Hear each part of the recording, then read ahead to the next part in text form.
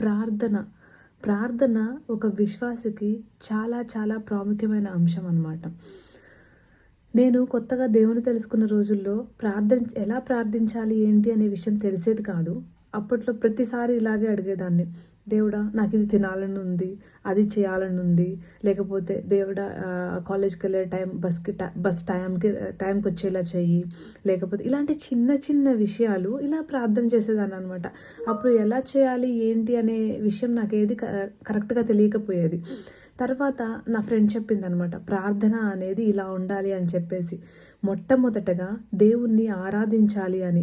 దేవుణ్ణి ఆరాధించడము అనంటే తనకున్న అత్యున్నతమైన నామాలు చాలా ఉన్నాయి. ఆశ్చర్యకరుడు, ఆలోచనకర్త, పరలోకంలో దూతల చేత స్తుతింపబడుచున్న దేవ, ఇలా తన యొక్క పేర్లతో దేవుణ్ణి ఆరాధించాలి.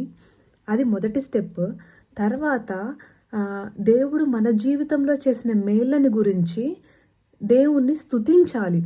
ఆరాధనకి స్తుతికి డిఫరెన్స్ చాలా కరెక్ట్గా చెప్పింది. స్తుతించడం అనంటే, దేవుడా నాకు ఇచ్చిన ఈ జీవితాన్ని బట్టికే మీకు వందనాలు, సజీవుల లెక్కలో ఉంచినందుకు మీకు వందనాలు, నాకు ఇచ్చినటువంటి ఈ అవకాశాలని బట్టికే మీకు వందనాలు. అంటే దేవుడు మన జీవితంలో చేసిన మేలులు, నా కోసం చనిపోయిన దేవా, నా యొక్క పాపములన్నింటినీ విమోచించిన దేవా మీకు వందనాలు అని చెప్పేసి దేవుణ్ణి స్తుతించాలి. ఇది సెకండ్ స్టెప్. తర్వాత అసలు ప్రార్థించే ముందు మధ్యలో ఒక ఫేజ్ ఉంటుంది. అదేంటి అనంటే, మనము మన యొక్క పాపములన్నిటినీ కూడా దేవుని ఎదుట ఒప్పుకోవాలి అనమాట. ఆ ఒప్పుకోకుండా నువ్వు మనస్ఫూర్తిగా ప్రార్థించలేవు. అప్పుడు నీ పాపములన్నిటిని ఒప్పుకొని, దేవా నేను ఈ సమయంలో ఈ తప్పు చేశాను, ఇది నన్ను ఎక్స్క్యూజ్ చెయ్యి, మళ్ళీ అని మారు మనసు పొంది హృదయ పరివర్తన చెందాలి. అంటే నీ మనసు మార్చుకోవడం అంటే అది తప్పు అని తెలుసుకొని నీ మనసు మార్చుకోవడం అనేది మారు మనసు. హృదయ పరివర్తన ఏంటి అనంటే, ఆ తప్పు ఏదైతే తప్పు చేశామో ఆ తప్పు మళ్ళీ రిపీట్ చేయకుండా ఫ్యూచర్లో నీ హృదయం అనేది పరివర్తన చెందాలి అన్నమాట. ఈ మారు మనసు హృదయ పరివర్తన చెందిన తర్వాత, నీ తప్పులన్నింటినీ ఒప్పుకున్న తర్వాత అప్పుడు ప్రార్థించాలి అనమాట. ప్రార్థించడం కూడా దాంట్లో మళ్ళీ 5,000 ప్రార్థన అని చెప్పింది. మొట్టమొదటి దేశం కోసం, రాజకీయ నాయకుల కోసం, దేశాన్ని పాలించే రాజకీయ నాయకుల కోసం ప్రార్థన చేయాలి. రెండోది దేవుని సేవకుల కోసం ప్రార్థన చేయాలి. మూడోది నీ ఫ్రెండ్స్, నీ రిలేటివ్స్ వీళ్ళందరి కోసం ప్రార్థన చేయాలి. నాలుగోది నీ ఫ్యామిలీ కోసం ప్రార్థన చేయాలి. అండ్ ఐదోది చివరిగా నీ కోసం ప్రార్థన చేయాలి అని చెప్పింది. సో నేను ఎప్పుడు ప్రార్థన చేసినా కానీ ఫస్ట్ దేవుణ్ణి ఆరాధించాలి, స్తుతించాలి, తప్పులను ఒప్పుకోవాలి, తర్వాత అందరి కోసం ప్రార్థన చేయాలి అనేది ఇలా నేను తెలుసుకున్న పాఠం. తర్వాత ఇంకా రాను రోజుల్లో ఇలాగే ప్రార్థన చేసేదాన్ని. రాను రోజుల్లో ఎస్పెషల్లీ కరోనా టైంలో ఒక దైవజనుడు ఆన్లైన్ మీటింగ్స్ ద్వారా అందరికీ ఆన్లైన్లో ప్రార్థన ఎలా చేయాలి ఇలా అని కండక్ట్ చేస్తున్నప్పుడు అవి చూసి నేను విన్నాను అనమాట. ఆ దైవ సేవకుడు చెప్పిన విషయం ఏంటి అని అంటే, నేను ఎంతసేపటికి నా ఫ్రెండ్స్ యొక్క రిక్వెస్ట్, నా ఫ్యామిలీలో ఇలాంటి ఇష్యూస్ ఉన్నాయి, వాటి యొక్క రిక్వెస్ట్ మాత్రమే ప్రార్థన చేసేదాన్ని. ఆ రోజు దైవ సేవకుడు చెప్పిన విషయం ఏంటి అని అంటే, ఫర్ ఎగ్జాంపుల్ ఒక వర్క్ ఎవరైనా చేస్తున్నారనుకోండి, like fire department, health department, police department, municipality department, అలా ప్రతి ఒక్క డిపార్ట్మెంట్ని తీసుకుంటూ ప్రతి ఒక్కరి కోసం ప్రార్థన చేయడం.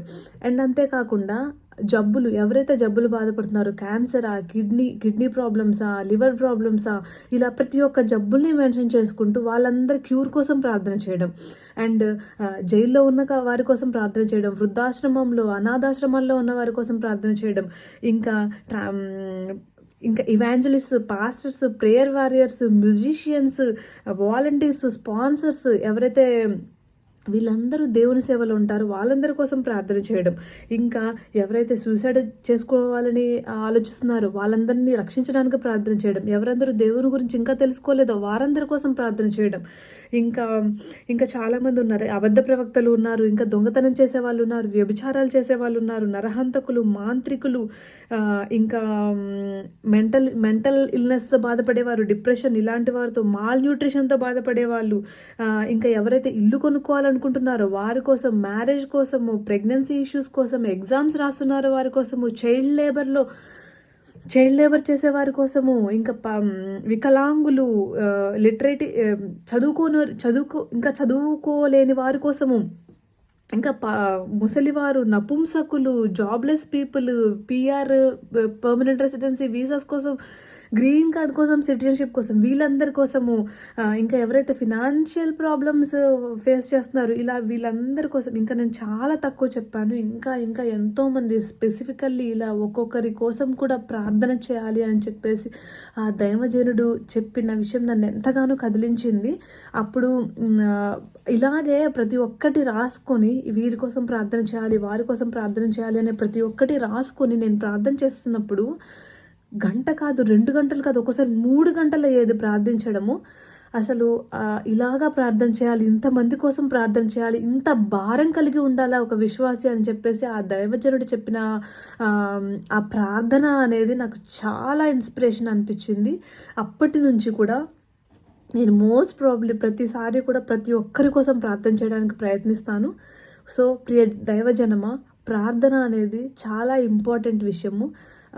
ఒక విశ్వాసిగా మనకి ఏది కావాలో, ఈ దేవుని చిత్తానికి ఎలా లోబడాలి ఏంటి అనేది అది కేవలం ప్రార్థన ద్వారానే సాధ్యము.